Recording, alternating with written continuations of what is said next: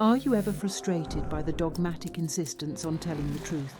It's almost laughable how society indoctrinates even children with the idea that lying is wrong.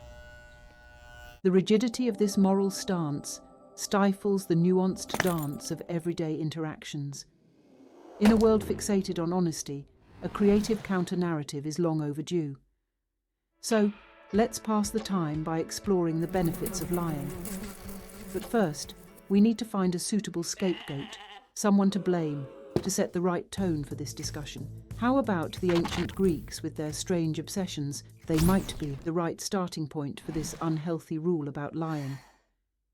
To explain this in more detail, I will have to burden you with some useless knowledge about these Greeks. They were really into something they called parrhesia, a relentless pursuit of the truth.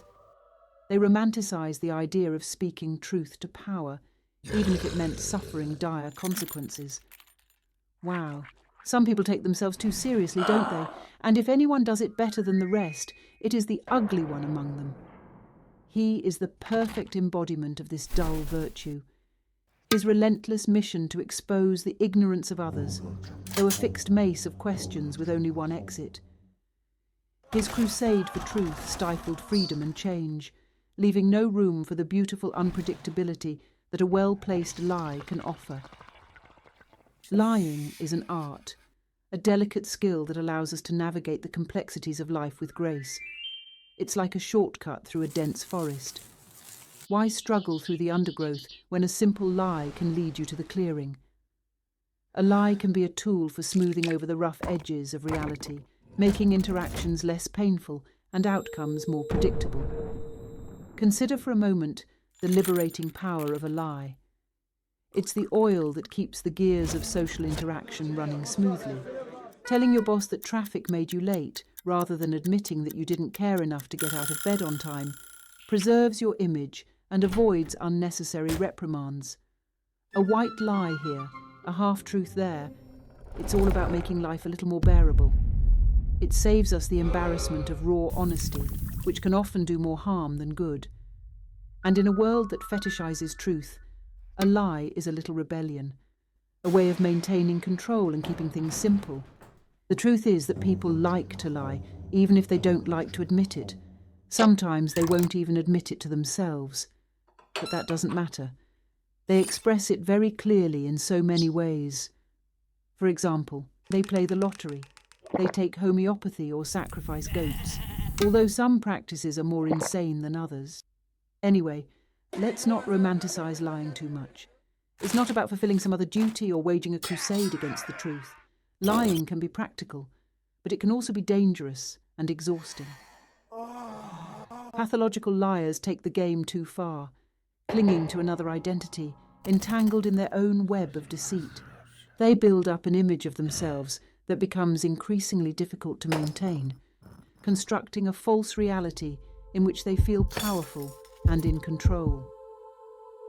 Of course, this is more a problem of identity than of lying, but there is still reason to be cautious. I probably need to explain this because I once got into deep trouble. I did business with a pathological liar. That's how I got my scar. It was quite a brutal experience, but that's a long story. You crazy bitch. The point is that life is hard, and while lying can be a handy tool for navigating the complexities of life, trusting someone can go horribly wrong. So better to not care at all. That's probably what the other Greek thought, the one in the barrel. He was fascinated by the idea of absolute freedom, of doing whatever he wanted, wherever he wanted. But he too was infected with that parrhesia disease, constantly lecturing others. Perhaps in a more entertaining way than the ugly one, at least he talked a lot less. But he still missed the point. He could have been even less annoying if he had simply left everyone else alone. But these are bad examples, because the Greek philosophers were obviously incapable of making a real difference. I think that applies to pretty much all of philosophy as it stands. If you ask me, I can only think of one good approach to the subject. There is an old German proverb, a call to disobedience, that gets to the heart of the matter. It goes something like this: with pure reason we won't comply. No, we must find new ways to lie. I can't remember, But there was more to it. Shit. Never mind. I'm sure I'll get to it in a minute. Time's up anyway. And if you're wondering why I'm making such a big deal out of all this, when keeping quiet and being pragmatic is my chosen solution, it's a good question, and the answer may surprise you. Because what looks like a scar is actually a condition I was born with, and my doctor has told me that the best therapy is to move the muscles there as much as possible. So that's what I do. I talk. And although I could also read a book out loud or pray or sing all the time, I prefer to let my creativity run free for a while, but without burdening myself with any obligation, duty or mission. It is just a comfortable way to pass the time and ease the pain. But, to be honest, after a lot of talking, I prefer switching to praying or singing. Oh, wait.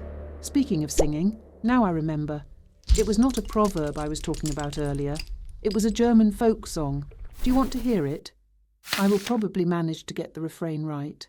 Tore Vernunft darf niemals siegen.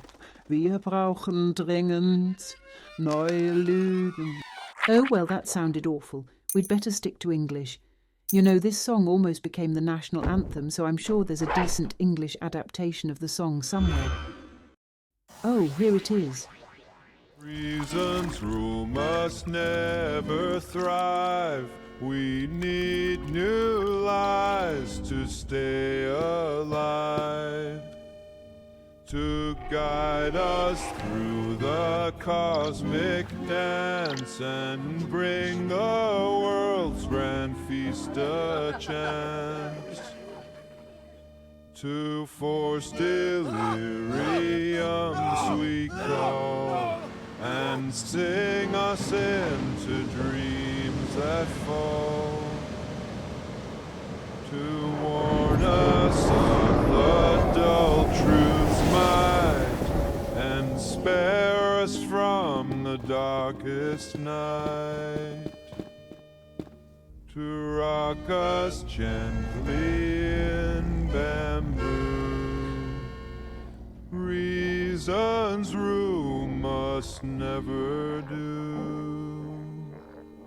Reason's rule must never do.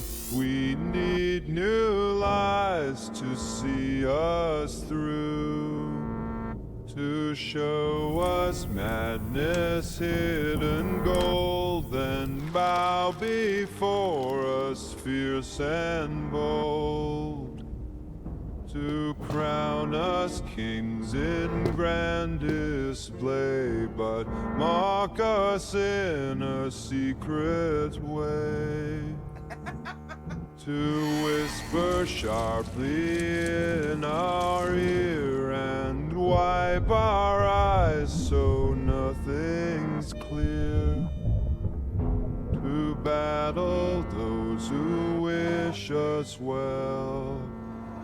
Reason's rule must never dwell. That was annoying.